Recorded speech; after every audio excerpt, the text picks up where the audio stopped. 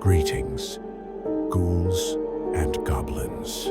Welcome back aboard Astra IV, where silence has a pulse and the dark has a habit of knocking back. Before we begin tonight's story, let's take a quick look behind us, just to make sure nothing followed. In Oxygen, we watched the air turn against the crew as something hidden in the vents learned how to breathe. In Knock Knock, we heard the first signs that Astra IV might not be as empty as everyone hoped. Taps on the hull where there should be no hands at all. And in Passenger 7, a stranger boarded the station without ever opening a door, a reminder that space doesn't need monsters to be terrifying, only the unknown. 3 stories, 3 warnings, and still, the darkness around Astra IV keeps moving closer, which brings us to tonight, a discovery, drifting in the void, a suit with no body inside, and yet, somehow, something still breathing.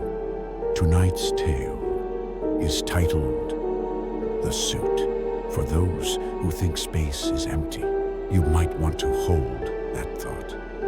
Turn your lights down, and whatever you do, ghouls and goblins, don't answer if something knocks on your window.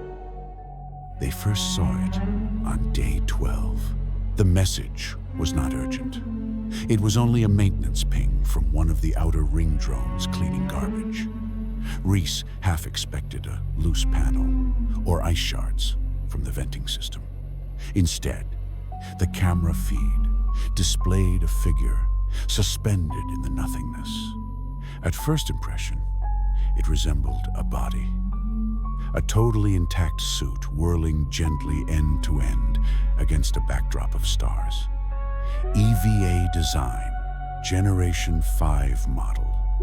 Outdated. Nobody had used those in years. The tether snapped cleanly. The oxygen line had frayed into stringy threads.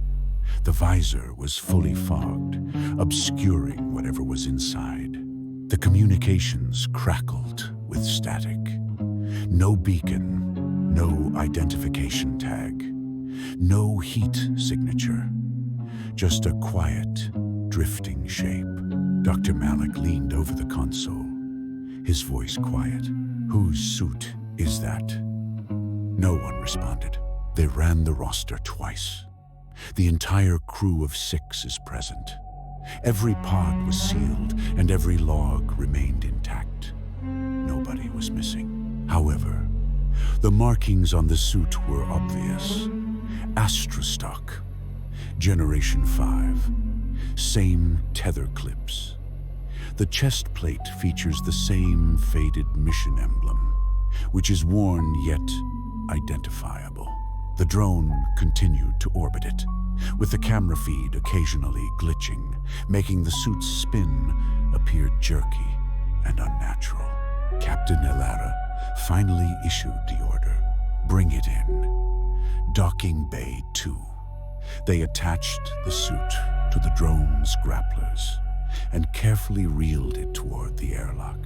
The scratches on the helmet, the burn marks on the legs, and the faint remnant of something dark trailing over the torso became clearer as it approached. By the time it arrived at the bay, the crew had assembled in silence. The suit hung immobile in the docking cradle, with the visor still fogged. For a long time, no one spoke.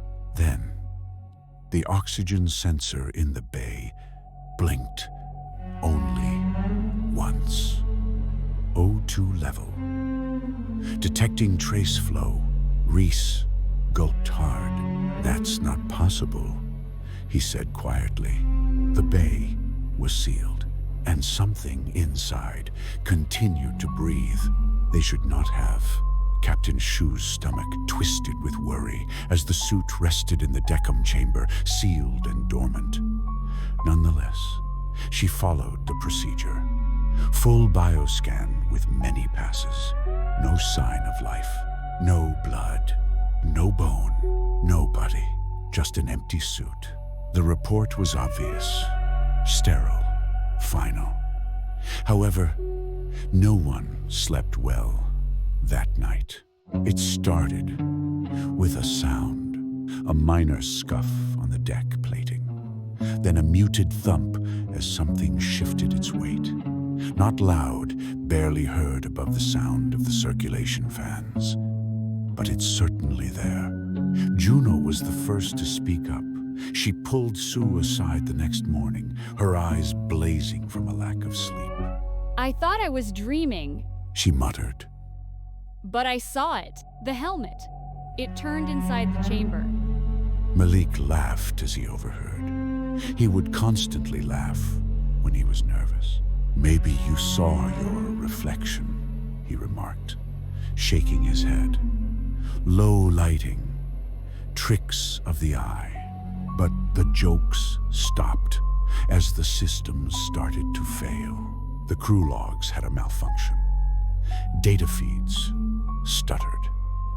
At precisely 0200 hours, every EVA camera on the exterior went offline simultaneously. When the technicians recovered bits of the ruined tape, the frames revealed a story that no one wanted to believe. Something moved behind the lens. A fuzzy object with edges that bend the light, visible only for one frame, the suit. And it was no longer in the decom chamber. By day 15, the suit was gone. The decom room stood vacant, with the hatch still sealed from the outside. Deep scrapes ruined the paint on the walls, leaving long gouges that were too high for anyone to make without climbing gear. Marks left by fingers, glove prints pressed against the bulkhead as if something had clawed for leverage. The crew searched every module and crawl space. There's no sign. There's no explanation. When they retrieved the airlock logs, they flickered with static. Entire parts of the tape had been corrupted, with timestamps looping indefinitely in error. However, the exterior cams remained intact. When they scrolled back, there it was again. The suit, suspended just beyond the station's hull, tetherless and rotating slowly in the emptiness. The same fogged visor and shredded oxygen line trailed like a broken thread, exactly as they had discovered it before. But this time, it wasn't floating. This time, it faced the station, and it was close enough to see the weathered symbol on its chest. When the feed brightened, they could detect a faint sparkle beneath the visor fog. Something was moving inside. Malik walked outside to retrieve it, alone. He suited up without ceremony, his helmet closing with a hiss that resonated across the bay. Nobody argued. Nobody volunteered to accompany him. Perhaps they all wanted to believe the simplest explanation that the outfit was detritus, a malfunctioning drone's misreading, and nothing else.